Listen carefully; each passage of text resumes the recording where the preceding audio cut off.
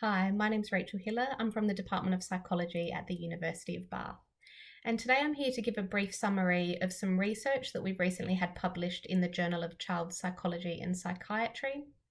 And the title of the paper is A Longitudinal Study of Cognitive Predictors of Complex Post-Traumatic Stress in Young People in Out-of-Home Care.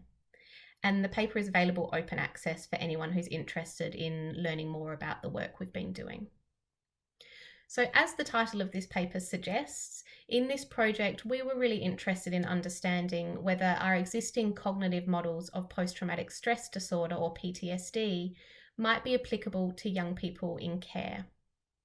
Now in the paper we give more details about what those models are, and we also give a description of both PTSD and the more newly proposed complex PTSD criteria. So cognitive models of PTSD have been around for a while, and we have really good evidence for them in adult samples. So for example, war veterans or adults that have been exposed to serious accidents. And more recently, we're developing good evidence for these models in young people and children and teens, that is. But that has particularly been with young people that have been exposed to single incident or one-off traumas, such as car accidents or one-off assaults. In this project, we were interested in whether these same models would apply to young people in care, where unfortunately we know that their traumatic experiences have often been ongoing and very complex. So sometimes these experiences are referred to as developmental trauma, sometimes complex trauma, and these are experiences that have often happened over many years. The reason we're interested in understanding whether these models are applicable to young people in care is that not only does it help us to understand what might maintain symptoms in this group, but it also provides us with some evidence of what the useful treatment targets might be. So this project worked with 120 young people in care. They were recruited from 3 English local authorities, and they were 10 to 18 years old. Most of the young people in our study were under the care of a non-biological foster carer. Some were in kinship placements, some were in residential care homes, or semi-independent living. And again, more details about the methods and recruitment can be found in the paper. So we saw these young people for an initial assessment where they completed a questionnaire pack for us. And then we saw them again 12 months later where they also completed the same questionnaire pack. At each time point, their primary carer also completed a questionnaire pack. In terms of the main take-home points from this study, the first take-home point is that our existing cognitive models of PTSD were found to be highly applicable to these young people. And there were 3 core processes that we were interested in this study.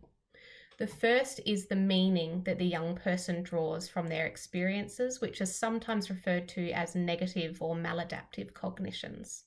And this might be things like, I can't trust anyone, the world isn't safe for me, I'll never get over what's happened. The second process we were interested in were around the qualities of their trauma memories.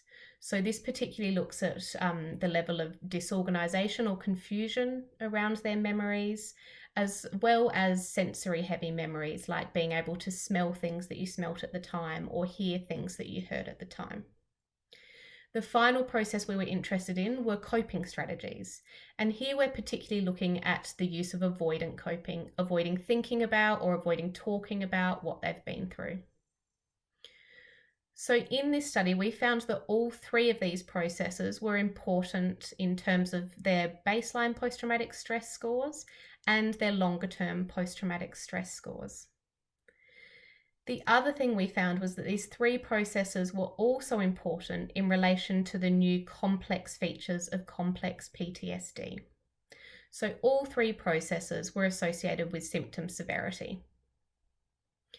What we found was particularly important was the meaning or the negative cognitions that were developed after this exposure. And again, that's things like, I'll never get over what happened, I can't trust anyone, etc.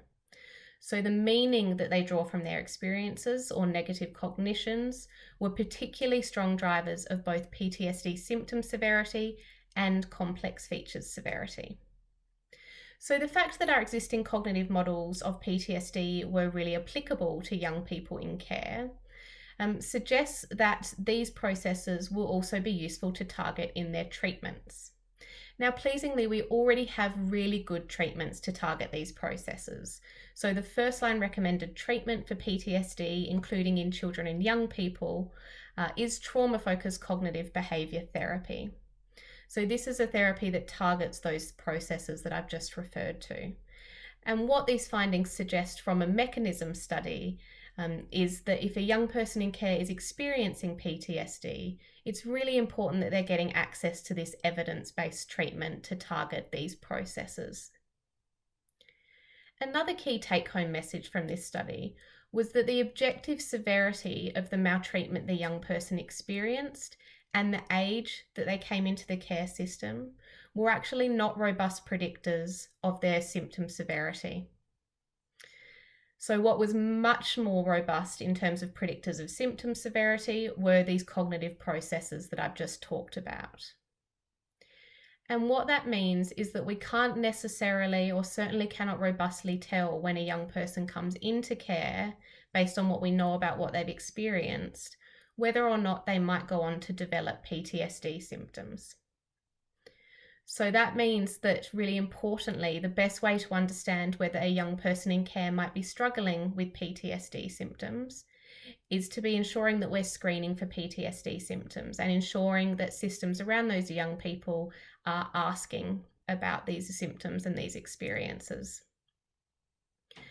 So that's going to be really important at all levels of services to make sure that we're identifying the mental health needs of our young people so we can then provide the best evidence-based treatments for them. So they're the kind of key take-home messages from this study. I hope that was useful. As I said, if you want more information around the details of this project and more details about what we found in this project, please do see the paper. And I'll just finish by thanking my co-authors and collaborators on this work, but also particularly thanking the young people that volunteered so much time for this project and their carers as well as our social care staff and our mental health staff who have been amazing collaborators in this work and our ongoing work. We're incredibly thankful for all that we continue to learn from the young people we work with, carers and services as well. Thanks.